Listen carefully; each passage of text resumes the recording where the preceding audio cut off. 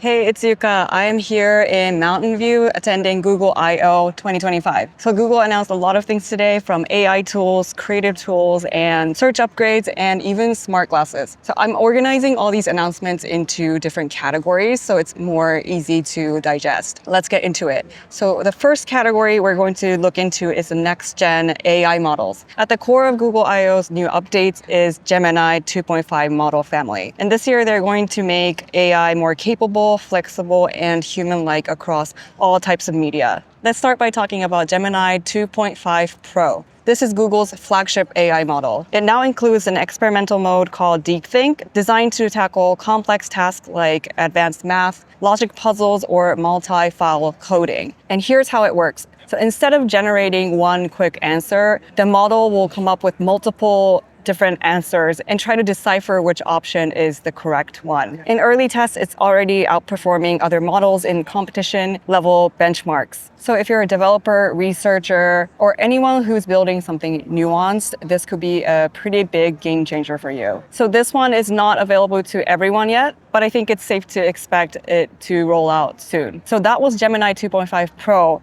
Now let's talk about Gemini 2.5 Flash. So that one is the lighter version of the Gemini 2.5 model. And this one is optimized more for speed and efficiency, using up to 30% fewer tokens per task in Google's internal tests, but still holding on to language, logic, and even multimodal tasks. This is going to be the new default in the Gemini app, so I think this will be the model that most of the people will be using. Next up is the new native audio generation. This allows Gemini to read out the audio with more emotion and more nuance. So you can literally ask it to whisper something or even create like a dramatic villain voice. And it's also multilingual, which is really cool. It supports 24 plus languages, and it can even switch languages within the same sentence. The next model we're going to talk about is for image generation, and it's called Imagen 4. This latest image generation model focuses more on accuracy, detail, and typography. So it's going to be better at generating smaller text, has more realistic textures, and more customizable aspect ratios for print and screens. So this is going to be great for designing thumbnails or posters that's going to have text on them. Veo 3 is the new video generation model, and this model will allow your generated videos to have audio. It can generate like environmental sounds or even have voices and lip sync to your characters. It also supports camera movements, scene control, and object editing as well.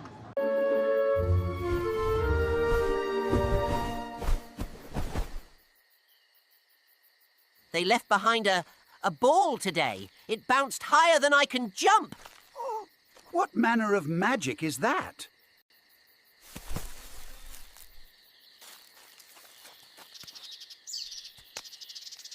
So moving on to category 2. This category is all about the AI-powered creativity. We just talked about all these different models, but what are we going to do with all of them is the important question. So one of the tools that Google announced is called Flow. And this is a tool that lets users use natural language to prompt the tool to create really cinematic videos using Veo and Gemini. You can obviously describe a shot, but also add camera movements. You can swap in custom characters or objects and build multi-shot sequences that stay visually consistent. This is going to be only available for users in the US who subscribe to Google AI Pro and Ultra, which we'll get into a little bit later, but this is like the more high-end tier subscription service for their AI services. The next tool is called Lyria 2.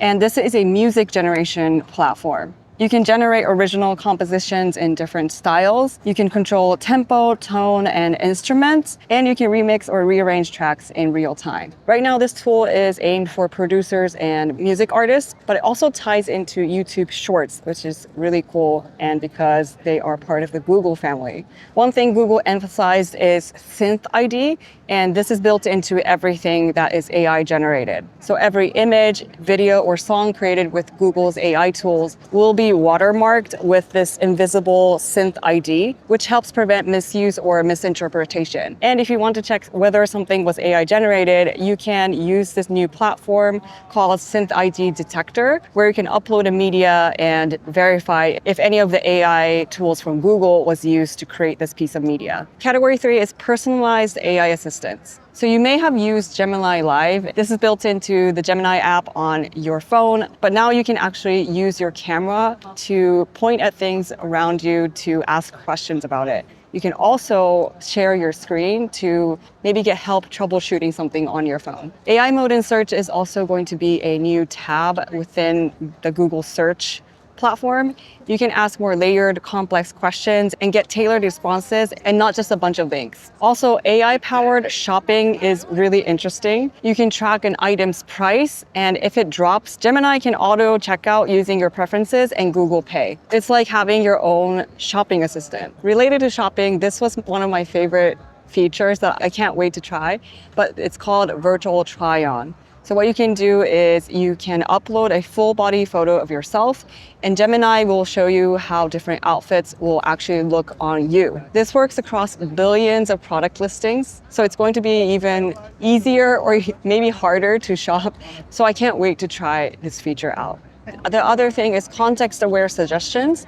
And if you connect other Google services like Gmail or Calendar, you can let Gemini tailor your experience to your preferences and your information. So if you're planning a weekend trip, it might recommend restaurants or events near your hotel, even if you didn't explicitly tell them to.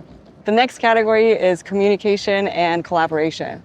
They announced Google Beam, which was formerly known as Project Starline. Google Beam brings 3D video calling using multiple camera feeds that then gets analyzed with AI in real time, so you can actually perceive depth and angles, which makes remote meetings feel way more natural. I actually got to try this last year, and it was pretty wild to see something that feels like it's a hologram in real time. This is not fully out yet, but they're collaborating with HP and other companies to bring it to workplaces later this year. Another standout feature was speech translation in Google Meets. It keeps your voice and tone intact while translating into another language. This could be huge for global teams or multilingual calls. These are both still early days, but I think it can really enhance communication in the future. Next and final category is Android XR.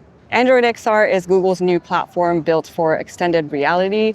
Basically, it's Android built from the ground up to power AR and VR devices. So what's different this time is that Android XR is built with Gemini from its core. First up, the headset. Google has been working with Samsung and Qualcomm on a new mixed reality headset codenamed Project Muhan. This is set to launch later this year. The headset was pretty light and doesn't completely block your face, which probably has more downsides, like it doesn't completely shut out the light from the environment, but there are upsides like not getting your makeup messed up. It is tethered to a battery pack just like the Vision Pro, and we don't know the pricing or anything yet, but I'm really excited that Google is joining Meta and Apple in the latest headset race. And even though Google is joining this race later on, they have a pretty good advantage because Gemini is just so good. Now the part that I'm mostly excited about is the XR smart glasses. These smart glasses will connect to your phone and come with a camera, microphone, speaker,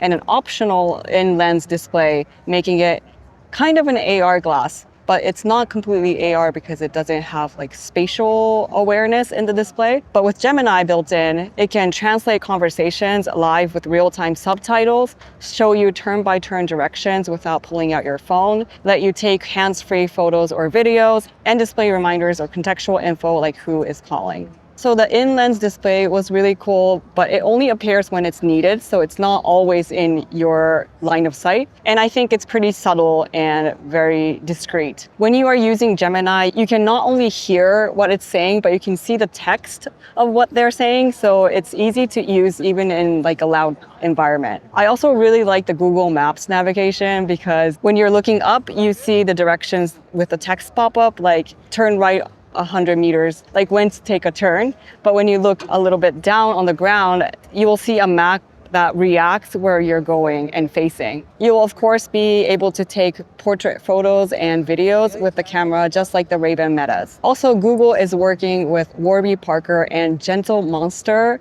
which is so exciting, and I can't wait to see what the designs will be like in the actual product. So that's it for my Google I/O recap. Let me know which category you're into or if you have any questions, and I will see you in the next video. Bye.